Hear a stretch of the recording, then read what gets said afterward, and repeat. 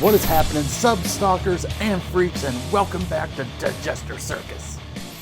As you can see, I've donned a little bit of different attire today because baseball is back, and to honor that, I wanted to review not only one of my favorite baseball movies of all time, but really one of my favorite movies of all time, and that's Major League.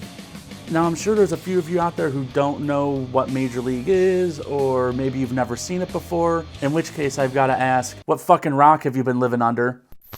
But if you haven't seen this movie, it's kind of your typical sports underdog movie. The owner of the Cleveland Indians wants to build a team that is so bad on the field and draws such little attendance that she can get out of her lease with the city and can move the team to Florida. You're saying you want us to lose? No, we've been losing. What I want is for us to finish dead last. So she assembles this team of players that are really either old or they're not good or, you know, nobody knows of these people. Mitchell Friedman? Who are these fucking guys? This guy here is dead. Cross him off then. And the central character in this movie is Jake Taylor. Now, Jake Taylor, played by Tom Berenger, is kind of this catcher that's gone through the gamut of Major League Baseball. He's kind of been jumping from team to team. And at the start of this movie, he finds himself out of baseball. He's down in the Mexican League, in the winter ball leagues. You know, his career looks like it's about over with. And throughout the movie, he's also trying to rekindle this romantic relationship he had with Renee Russo, who was his wife or girlfriend at the time. I believe it's wife. But they had a falling out, so he's trying to rekindle this romantic flame he had with his ex-wife, all while still trying to lead the Indians and this ragtag of players to really stick it to the owner. Now, this video isn't going to be a typical review in the same sense where I'm just going to nitpick details or talk about a lot of the pros and a lot of the cons. Because quite frankly, there's not a lot of cons with this movie. It's damn near perfect. So sorry, this video is probably going to come off as one giant stroke fest for this thing. I would put Major League almost up to Caddyshack for me personally in terms of quotability. There are so many times just in my daily life I will find myself using quotes from this movie, and there's just so many of them. There's just so many good ones. Hats for bat.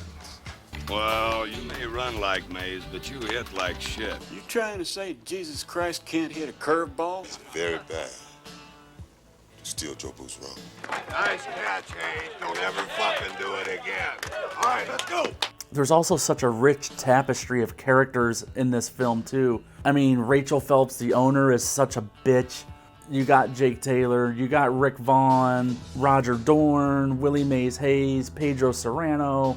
There's just such a really good chemistry and dynamic between all of these guys that you would think they were actually a real team of players, that they would spend all this time together. And I think that's just a testament to how good the writing is and how good these actors are. Man, they just play off each other so well. Nothing feels forced. The humor is just all so natural, and it's just so well written too. It just feels real. But the one character that probably outshines all the characters in this movie is Bob Uecker as Harry Doyle. I mean, Jesus Christ, half the quotable quotes from this movie come straight from him. Vaughn into the windup in his first offering. Just a bit outside. He tried the corner and missed. Free admission to anyone who was actually alive the last time the Indians won a pennant. Post-game show is brought to you by... Christ, I can't find it. The hell with it. That's all. We got one goddamn hit. Can't say goddamn on the air. Don't worry, nobody's listening anyway. The guy is just a legend, and when I was growing up as a little kid, I used to think that he actually was the real announcer of the Indians, and it wasn't until years later that I found out that, no, he announces for the Milwaukee Brewers.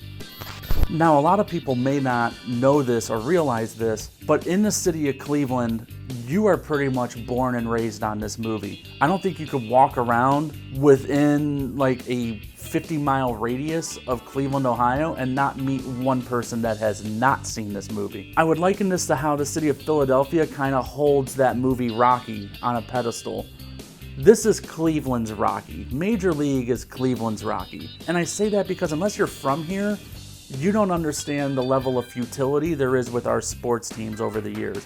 And especially with the Indians, there were times where we would get so close, and even in 2016, we get so close, and it just doesn't happen. Or that our team would just be so bad. In the case of the Indians, there was years, there was decades where this team just sucked. And for us as Clevelanders, this was like our one and only time that we could actually see a team of ours win. It's almost like a religious experience if you're a Clevelander watching this movie. I mean, I've seen it 1,000 times, and it still manages to give me goosebumps at the end of it. Like I mentioned earlier, it's just one of those things that unless you were born and raised in the Cleveland area, it's probably not something you completely understand. But even still to this day, when you go to an Indians game down at Progressive Field, you are probably going to at least see one person wearing a Rick Vaughn jersey. That's how much of an impact this movie has left with us as fans, and the legacy it continues to have still to this day.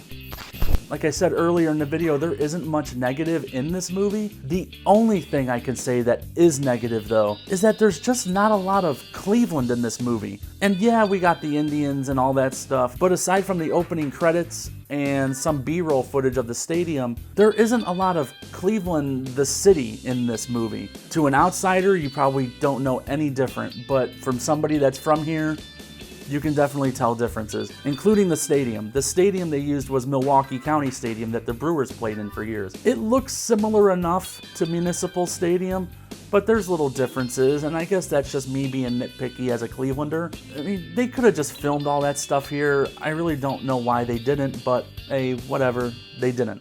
All right, now stepping up to the plate, the wing scale.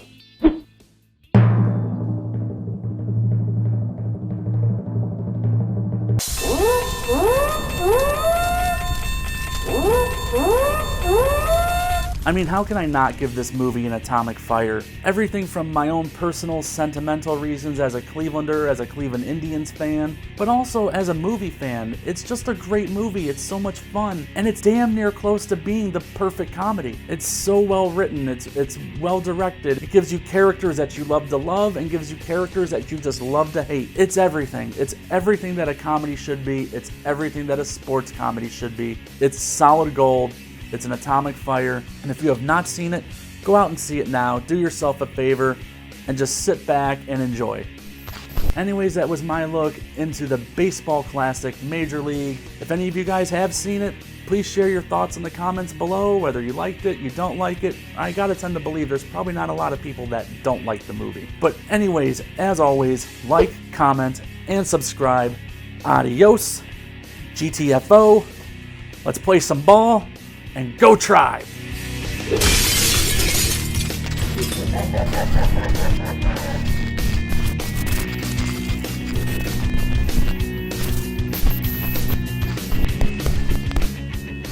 You ain't got a reason why you Ain't subscribed. gonna kill your whole fucking family. All right, now get your fucking ass out the car. Go on. Yeah. Shit. Woo!